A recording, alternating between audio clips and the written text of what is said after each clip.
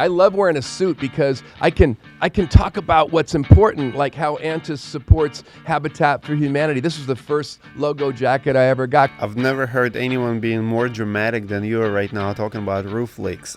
What we're built for in California, our stucco is not a great siding, but our tile roofing with the right underlayment is a great roof. But solar yet is not something that Antis can aggressively pursue in a big way unless we change who we're selling to or the state changes the way power flow is regulated. But to your kids, in their eyes, you're going to be the greatest fucking dad in the world. And I started crying, and I got my tattoo. It's dramatic. All right, guys, have very special guest today, Charles Antis. I see him all over social media, especially on LinkedIn. You're big on LinkedIn. Is that your biggest platform, Charles? Well, for me personally, it's the only platform that I'm comfortable hanging out in. It's like a mall, and I walk in every day and I say hi to the shop owners. That's the only one I'm personally capable of navigating. Why did you pick it? Is it because of your business strategy? I know you're doing a lot of HOAs. Is this the reason why you pick LinkedIn, or is it something that you understand and came natural to you? I think it both. It's where all my best friends are. If you look inside LinkedIn, I've got all of the other professional roofing companies, all of the other professional Orange County businesses. I have all of the nonprofits. I have all of the for-profit businesses that want to do good. And I have the demographic of those that inhabit Antis campus here, which is mostly immigrant and first-generation employees from Latin America, from Mexico, from El Salvador, and all of that reflects. So are you getting actually jobs from it, or just brand awareness for you? Do you use it actually to get the business? I don't. You don't? I use it for brand awareness. I use it for that long game of getting your story out there so people understand that this company exists for one reason.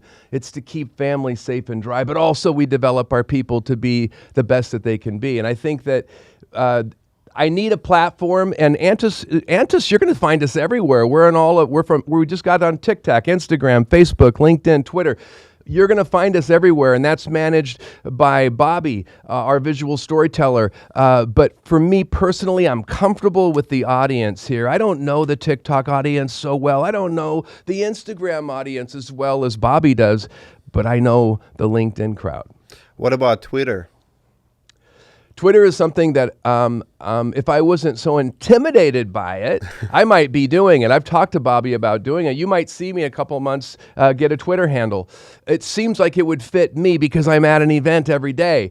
However, again, LinkedIn's where I'm comfortable. All right. Talk to me about everything that Antis does. What's your specialty? What exactly you do? And what's your role in your company? I know you, everywhere you say you've been in business for over 30 years. I want to hear the story and how did you become who you became today, and what is Antis today? Well, I am lucky. I often tell people I have the luckiest CEO position in Orange County, sitting as the CEO of Antis Roofing and Waterproofing, because I get to be that chief. I love the word chief when you really pause on it, because there's a deeper meaning there. The way that it was positioned to me as a kid, the chief of a tribe pauses to notice what's going on and to tell the right story that brings the people together to move forward and in the environment that they're in. So I am the chief people awakener, but I go by the title of founder and CEO. And at Antis, today we're a company that does look at things like everything matters. We say that every nail matters, and it's true. On the average roof we install has 200,000 parts, and we know if the nail doesn't go in far enough or it goes in too far, that roof won't perform to full warranty in that area. So we realize that every nail matters, but what that really says is people matter. And we've discovered that when we can pause on the people in our company and build bridges to them, no matter where they are, it gives us the ability to build bridges in community. And then our brand stands strong as our culture stands strong. And so I would say that we got here by two things. By professionalism on some sense, because I took it really seriously that my job was the job that was to keep families safe and dry. When somebody had a leak in their home and they had mold, it's like I took on their pain. And it's like when I would go inside that unit, I would go up on the roof afterwards and I would be desperate. I remember that feeling of desperateness, not having the ability or them not having the money to buy a whole new roof. So I had to figure out where the hole in the roof was. And I remember often being almost like divining water, looking for the source of the water where no one was looking. So I would go up on a place of the roof where no one was and lay my head down until my head hit the tiles. And then I would imagine I am water. Not unlike the raindrops behind me, but I am water dripping, pooling, pulling, clinging down the flashing underneath the tiles until many times I would actually see where the water would be and go and pull up the tiles and sure enough find that nail head that was bent funny, bending through the membrane. And when you have that experience and you tell your people and you realize that all other roofing pros like me love to solve the leak, to be the hero, to keep the family safe and dry. And then the other thing that happens, like it's happened to you and happened to so many other people, we go out to that house and we're pulled in and we're pulled into a kid's room, for example, where I was one time, where she's showing me a My Little Pony poster on the wall, but what instead I'm seeing is the moldy mattress at her feet where she sleeps. And when you have that occur, something else happened early in my company 34 years ago.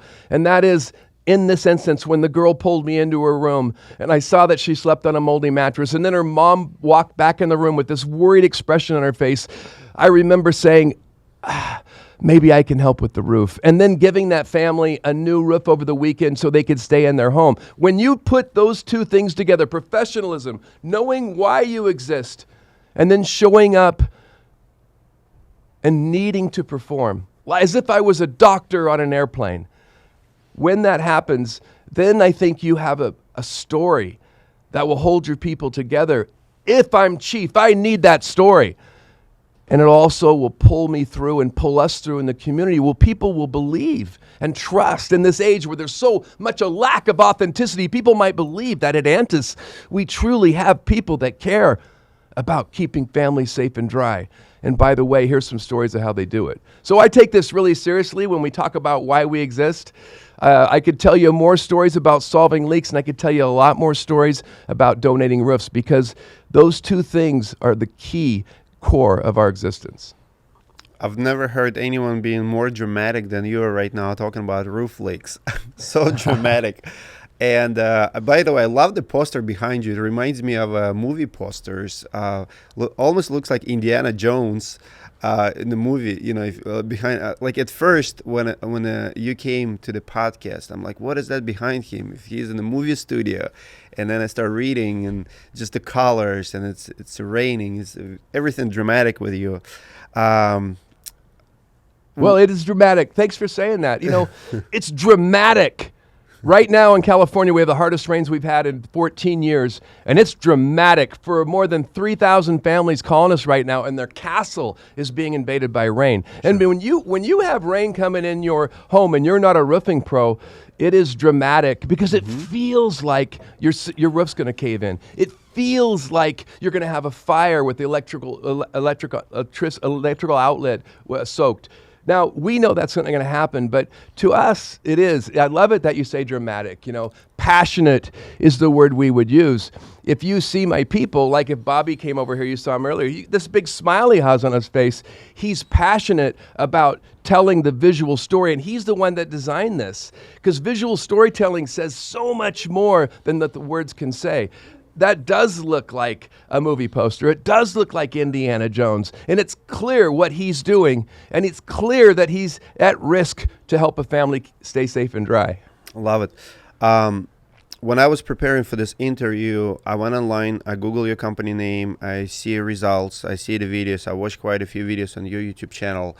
One thing that bothered me, and I wanted to talk about it, and it's a hard conversation for all business owners, I want to talk and address your reviews, because I love visual storytelling. I love what we tell people about us, but You've been in business for 30 years, and I think you only have like 39 reviews on Google.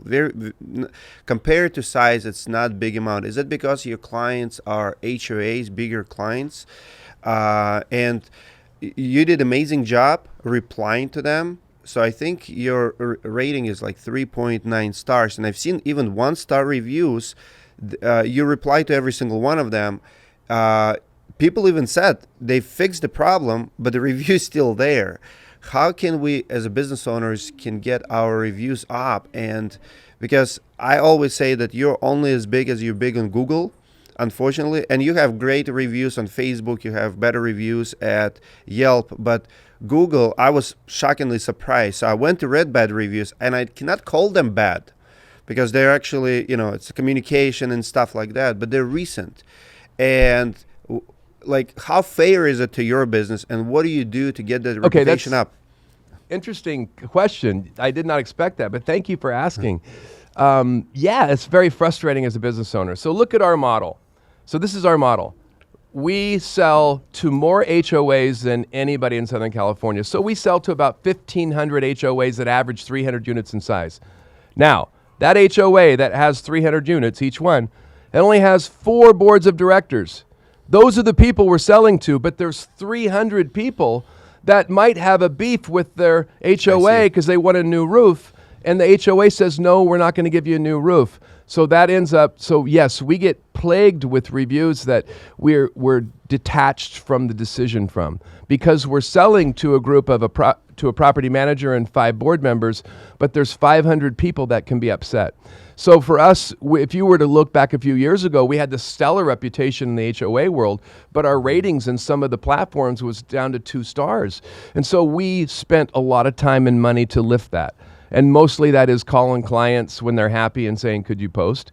But sometimes it's doing what you said. It's calling up and saying, sometimes it's also disgruntled other competitors that are creating phony reviews, but you have to point that out sometimes to the platform. And some platforms don't clean it up. Like Yelp is not a platform that even when Yelp we pay is their horrible. money, Yelp literally, it's almost Hides. seems like they're out to get you. Yes. But, they're really built for something else, and they go, hey, we can make money here too. And what we found is we have no ability to affect the system. But I know we're working on the other platforms, and we've been able to lift our ratings, but I'm glad you brought that up. It's very frustrating and unfair. But at the same time, I'm never complain about that because I live in California. There's a lot of laws here that are unfair to business, but I try to keep my mindset ahead of it where I want to lead with generosity. We have a saying inside Antis written down that says this: it is my job to err on the side of generosity with all of my stakeholders. Love it. No, and like I said, that was not pleasant surprise for me, but I wanted to address it because I felt like when I was reading it, it's not fair, and I wanted to understand why. And it's when you have a big corporation, big company, your Walmarts, your big stores, you're going to get a lot of complaints. And those companies actually don't have, 5-star reviews. Small business, like if you would have, you can do repairs every single day, average ticket $500, and you can have 500 reviews with 5 stars. But once you get an HOAs and big clients and you're doing 10 times more volume, it's very hard to keep over for just because of the sheer volume of people. Plus, people count your money. I see that big companies, I'm talking about $100 million plus businesses, they get a lot of negative reviews from people who were not even decision maker. It could be apartment, or we get reviews.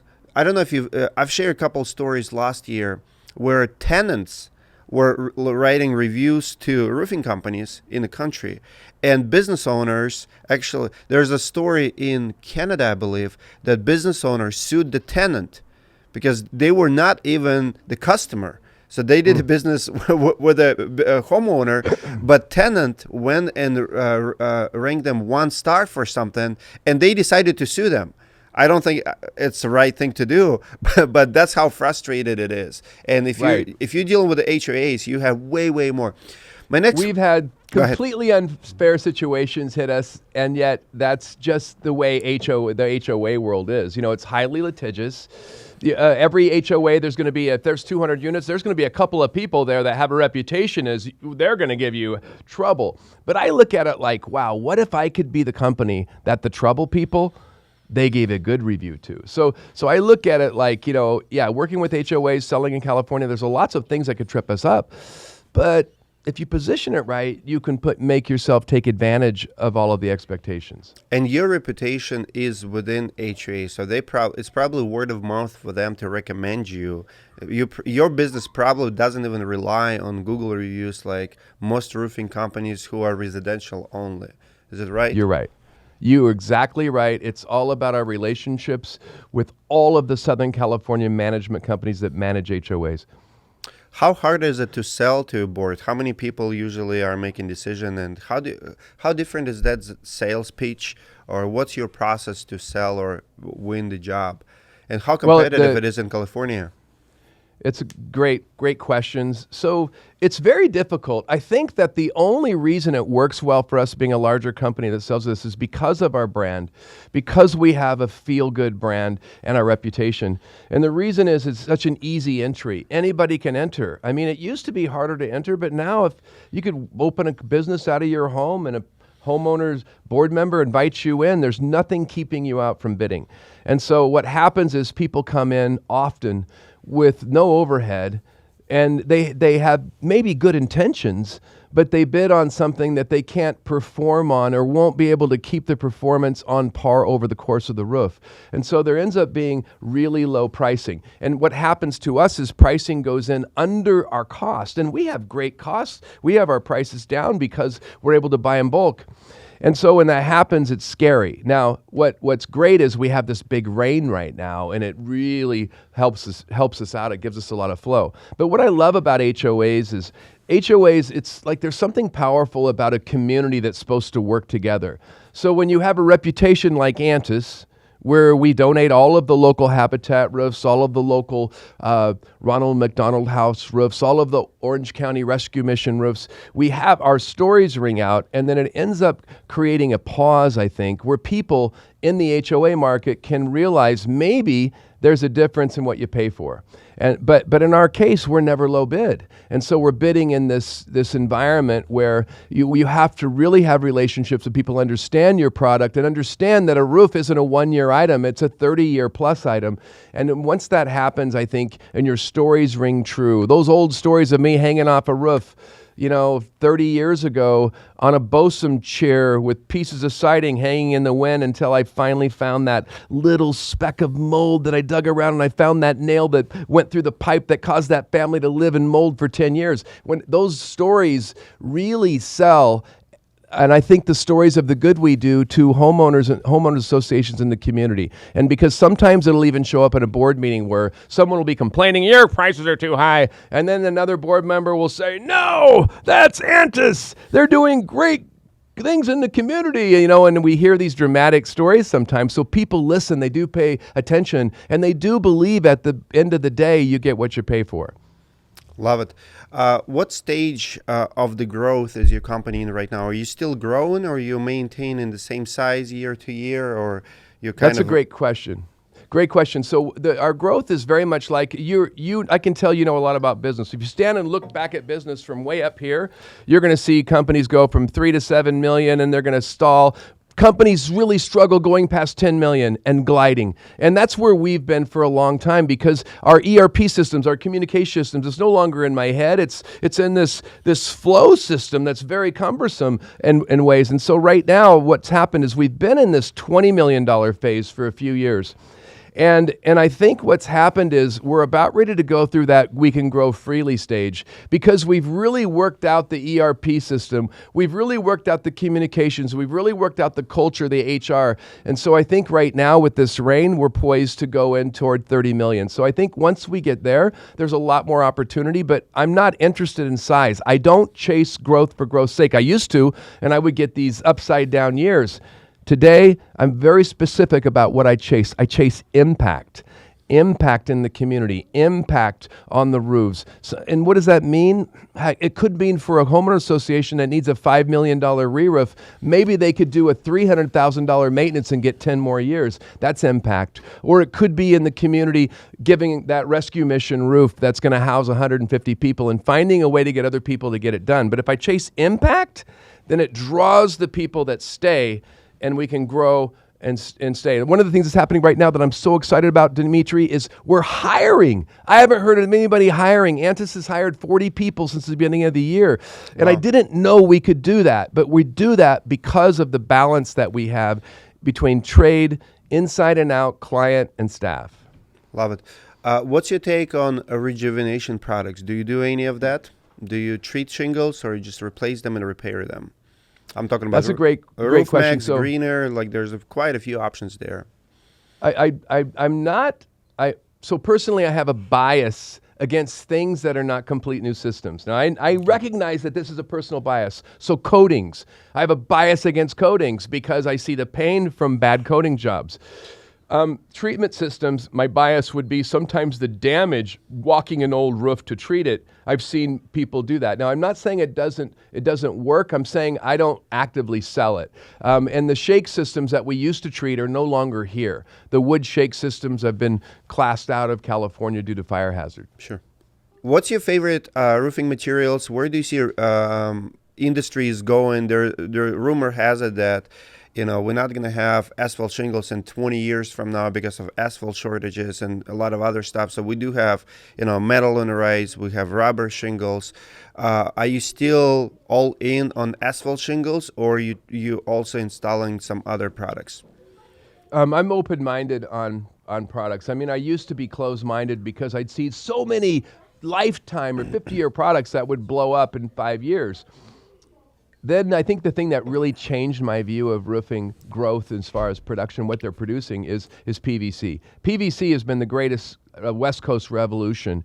We've taken flat roofing on HOAs, which was always the most maintenance cause problems, and we've turned it into maintenance free. So there are some systems, and I'm excited. I watch like Brava Tile. I look at a lot of things and seeing what they're happening. Am I actively out there selling it? No, and that's because I remember the last phase of some of the composite shingles where they had all those class action lawsuits. I'm not going to mention the names of them that didn't last. So it's not like I'm shying away from it, but I'm not going to make that the majority of what we focus. I have great relationships with GAF. I know how long their product lasts, so I'm going to sell that. I'm interested in selling their new solar product. I want to give that a go, and I'm interested in tile. I love the heavy. What we're built for in California, our stucco is not a great siding, but our tile roofing with the right underlayment is a great roof. And so we put down a lot of Eagle tile. I'm loyal to Eagle because we've donated this year will be 99 Habitat roofs in a row, almost 1.5 million in roofing.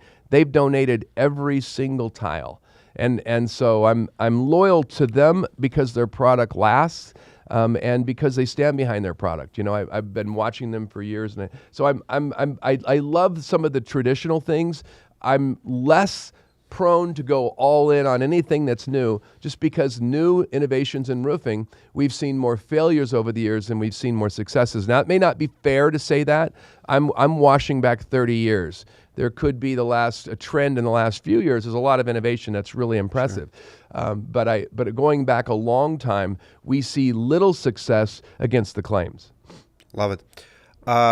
You mentioned GF solar. Is it the only solar system you install? Is that what you picked in a solar game? How big you're in a solar? So solar is something that we talk about. It's something that we do some of, but it's not a big part of it because, again, we're only selling to HOAs. And the HOA can't buy solar. They can't grab solar and put it on their unit. They can only get solar to heat their pool house unless all 300 of the people sign off on it, and that's never happened.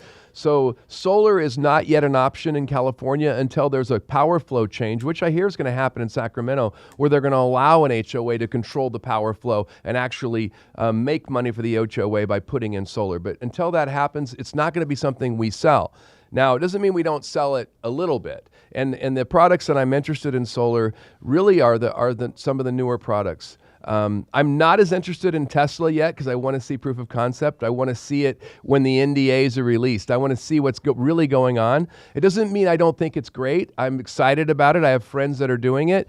But I do know the problem with solar when you add 10 times the connections. I have been involved in a startup that took solar from the big panels and put it into the little tiles and added 10 times the connections, and it created 10 times the potential fail, power flow, fire connections. I'm not saying Tesla's going to have that. I'm saying I'm watching that. I'm also watching GAF's new product. It's not that I don't trust that too. I love GAF. I work with their VPs. I'm very keen on it. So we're going to try them. We're going to try them out and we're going to see what happens. But solar yet is not something that Antis can aggressively pursue in a big way unless we change who we're selling to or the state changes the way power flow is regulated.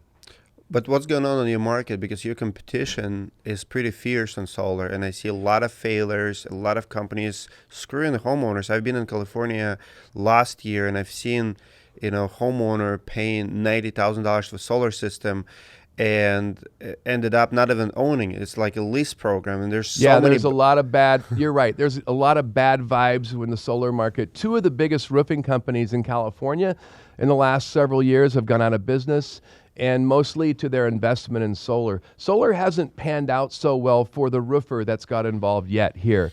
And many of the roofers that did get involved, and it's not Antis, sold a product that was the homeowners not happy with. What you said, they end up paying almost the same amount of money, but they don't even own, they lease. And so some of their value is going away to a third party. And that was how this whole thing started 15 years ago, this new phase in solar, but that quickly became bad taste. Yet there were companies that were still selling it. So yes, it's not a market for happy homeowners with roofers, and it's not a market for happy roofers who've done well. It's been a market where good roofing companies, $100 million and more, have gone out of business pursuing because it's been a little bit of a bloodbath in chasing it. So I think it's the future. It's there. We're going to be doing it. Someday, most of our sales are going to be in solar. It makes sense, but it's not yet today. I agree 100%. And on my channel, because of my videos, I have a lot of whistleblowers. I have a lot of both homeowners, ex-employees of Tesla, for example. I probably talked to 5 people who've been involved at Tesla in different markets who either resigned or shared like some disturbing stuff from New Jersey to California, and I have not seen it's working. Like even for roofing companies, everybody's tried it, invested. Oh, you mean the actual solar product that they're putting down? Yes, this I haven't heard any reports yet. Yeah, because I'm involved in the NRCA and the Roofing Alliance, and when Tesla knocked 4 years ago, they only applied for a $350 affiliation. They didn't want any cross collaboration. As the board at the time, we wanted to collaborate, and they wanted to keep theirs completely in the dark. Now, that might be a good entrepreneurial strategy. That's bigger than me. But it wasn't great for me being a roofing pro that really wants to flow with this and learn from this. Well, like I said, I talked to quite a few roofers who collaborated with Tesla. Nobody could make money because it takes forever to install. The labor is so intense. And it seems to me that Tesla now wants roofers to install it, but per their specs, and they're not roofers. Product is great. I love Elon Musk. Concept is great, but we're not there yet. Just like with the cars too. Like it's great cost. I have Tesla. I love it. But is it really better than gas yet? I mean, we invest in technology. We believe in it and we support him, but solar is not there. Let's switch a little bit to your charities. I want to know what's behind and what kind of strategy you have. Because there's so many roofers out there who try to do a roof giveaway. And I often tell them that if you do something like that, you have to have a class. You have to have the right motives. You have to be financially stable to do that. A lot of companies doing it wrong. They're doing it for publicity. They're doing it for marketing purposes only, mainly, and they're not equipped. And I tell many roofers, like, you cannot start giving away roofs on the first year in business. It's not going to bring you more jobs, and you're going to go broke. How do you do it? What's your strategy? Do you have a budget for it? Is it a percentage from entire sales, or you just do it by emotionally? What's your strategy for all your charities? Because you are probably the most given roofer I know. Like, I've seen your blood drives. I mean, I see entire company involved in a charity, and when I see your content, I like it. I cannot say the same about others. Like, I hate when people doing surprise checks, and it feels safe. What's the word I'm trying to use? Fake. Genuine, authentic. Yes, Yeah, it it's not feels authentic. like they're given, but they're given it for recognition, and you can see it right away. With you, you don't get that feel. Yes. What's your I strategy? think How do you do it? I can speak around that. Might need to steer me back a little bit, but Sure. yes, it's very tangible what you're talking about. I'm very much aware of when a giving model lacks authenticity, where there isn't no real story to connect you, or no real vulnerability. Even if it is real, it feels funny. And there are ways to make it more real. And I think before I want to say something that's more of a finished product, because I don't want to miss it. The filter. There is a filter through which you tell a story, and it's critical you hit this. It's critical you hit this if you want to succeed in cause marketing, which is what we do. We talk about something, the good that we're doing, and it has to be real. And the filter is this. When I tell a story, I'm telling it as real as I can, and I'm showing the vulnerabilities of it.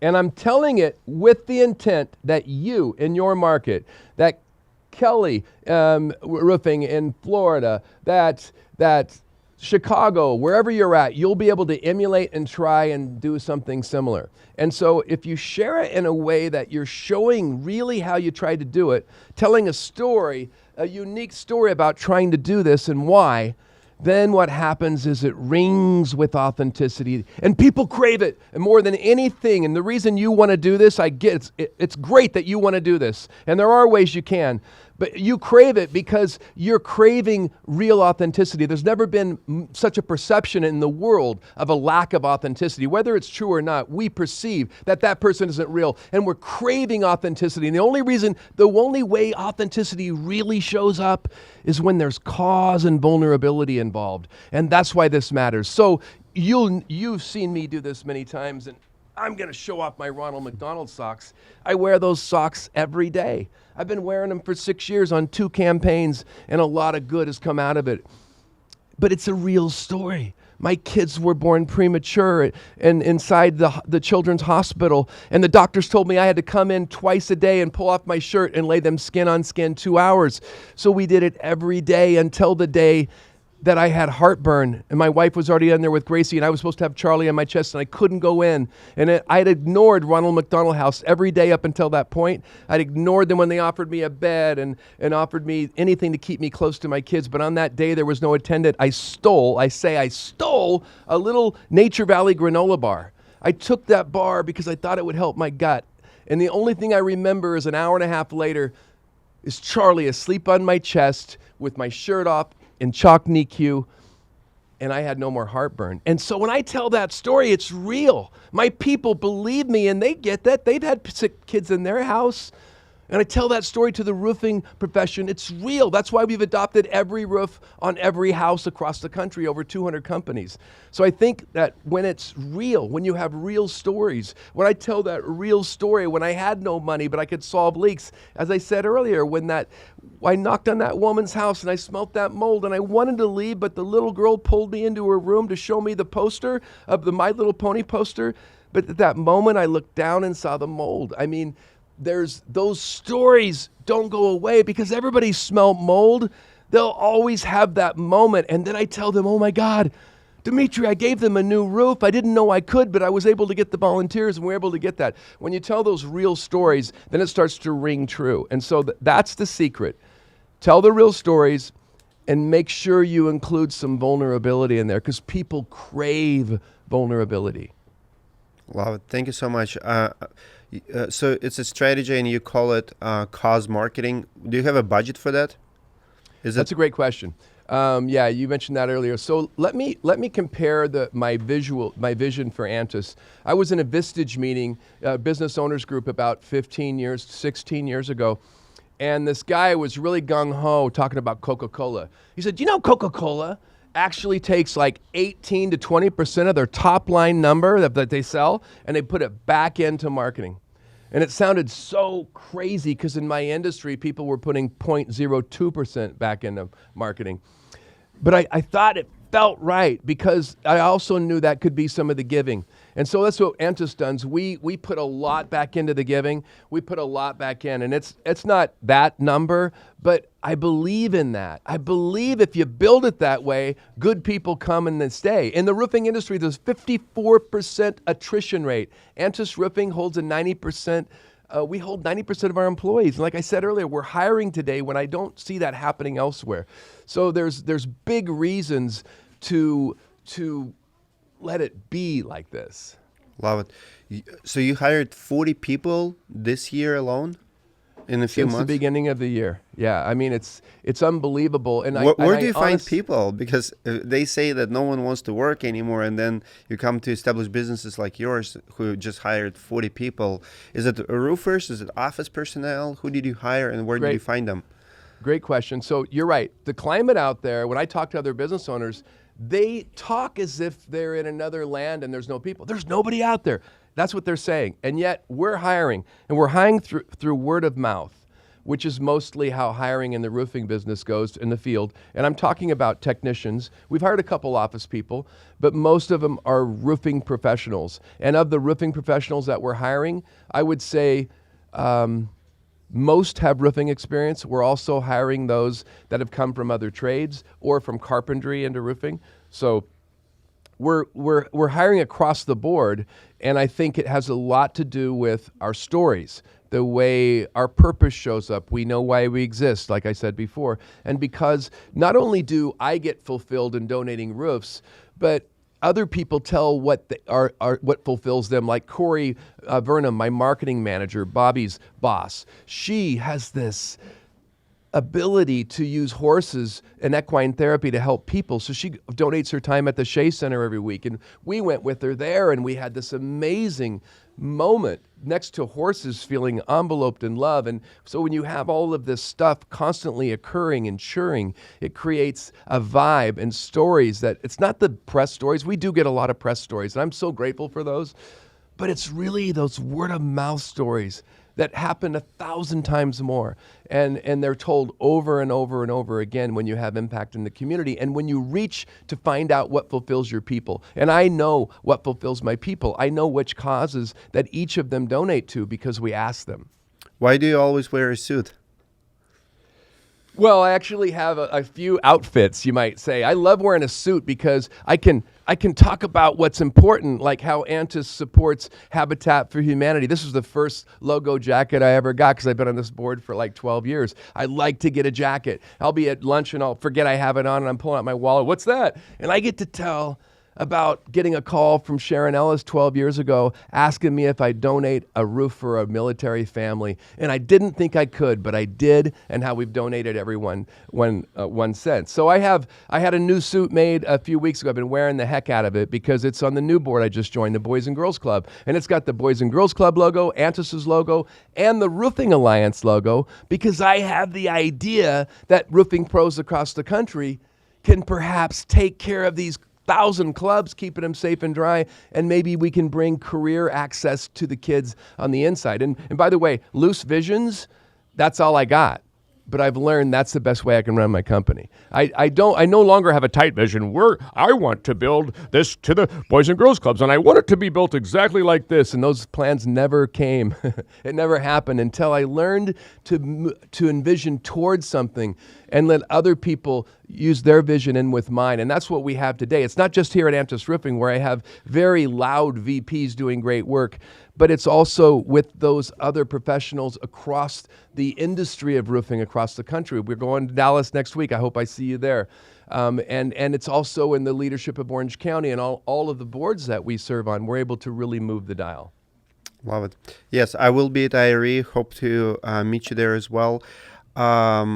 You mentioned you gave away a roof to a military family. Give advice to business owner who never gave away a roof. And it's a very delicate topic because we cannot help everyone. There's way more roofs and way more needs and way more poor people in America who cannot afford it.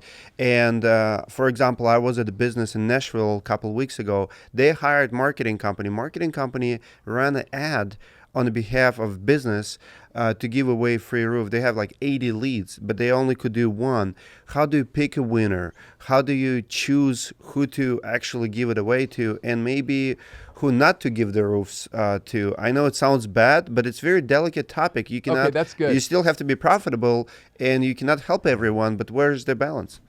Well, you have to not get into too much of a sticky situation too, and you never know. You know, you have somebody that needs a roof. There might be a lot of needs there that you're not capable of handling, and so I'm going to say something that sounds boring maybe to some people, but we're really well known, and we did not build our brand by making up our own cause.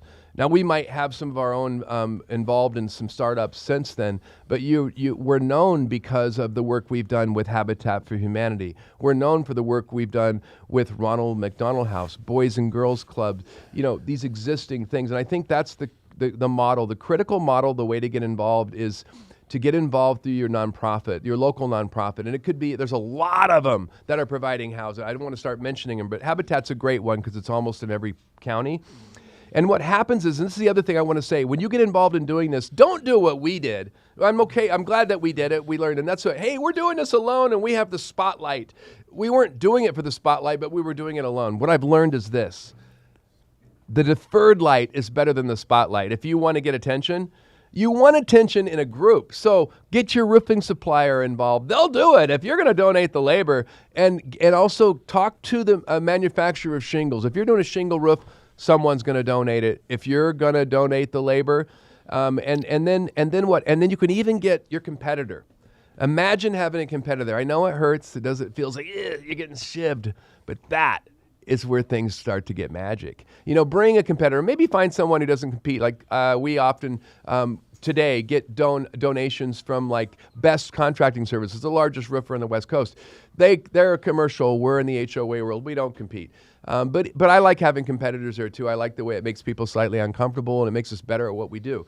So, but I think when you do that, you don't have to have a big layout. You don't have to plan it yourself. You just have to bring a couple of guys and show up with a few guys one day and get to have this great event that you'll always remember, high fives and hugs that you'd never hugged and high fived before, that will stick with you and always lift you in those moments, and then you'll do it again.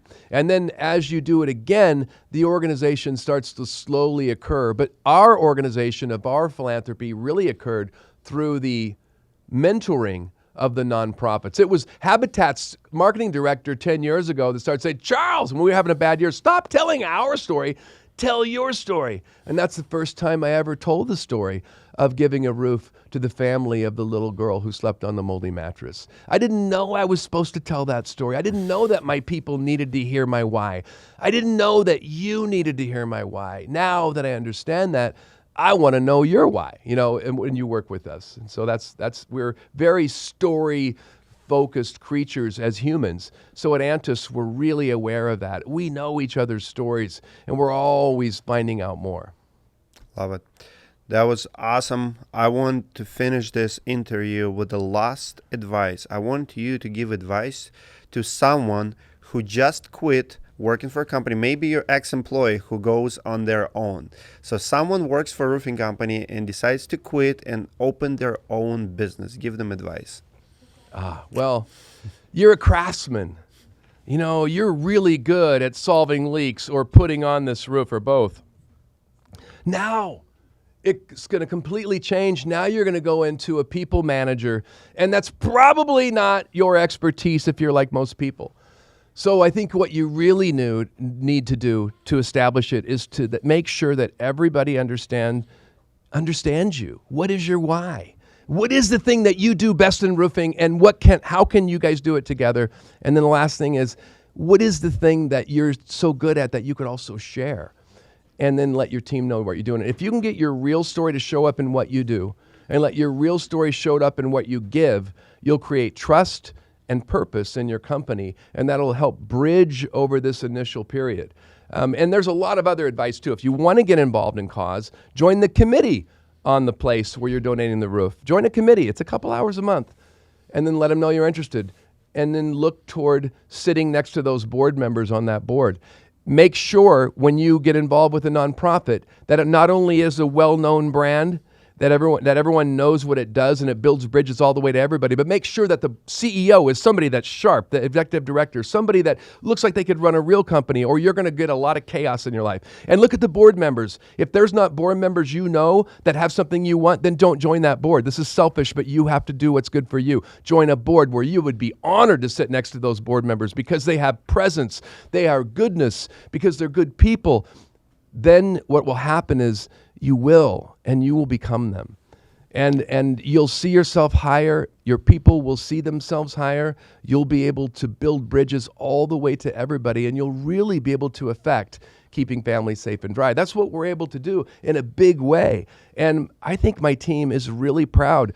I'm able to say things like this and look at them in the eye. And they come back and usually say, yeah, we do feel that way, Charles. I'm careful sometimes because I'm so enthusiastic. And there's times I was talking about culture 10 years ago. We have the best culture, and I come back and crickets. So, but today it matches up. Can I show you something? Sure. 6 months ago, I was getting pressure to get a tattoo. I don't have any tattoo. I was raised in a way you don't tattoo your body. Okay.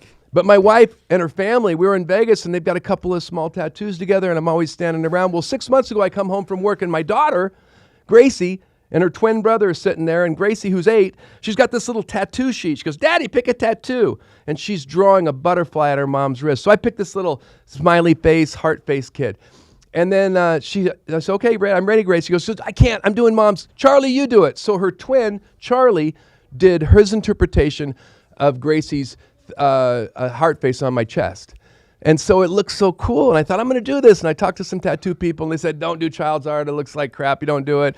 So I decided I wasn't. And then I was in Vegas last weekend with my wife. She got me a little drunk. Not really, but I had a few. And then we go over to the tattoo parlor, and she gets her new tattoo, which I knew she was going to get, a little redwood tree on her wrist. And then she starts saying, you going to do this? And I'm like, I don't know. What are people going to say? And then Mo, the tattoo artist with tattoos on his eyelids, says, actually, Charles, is going to look like shit.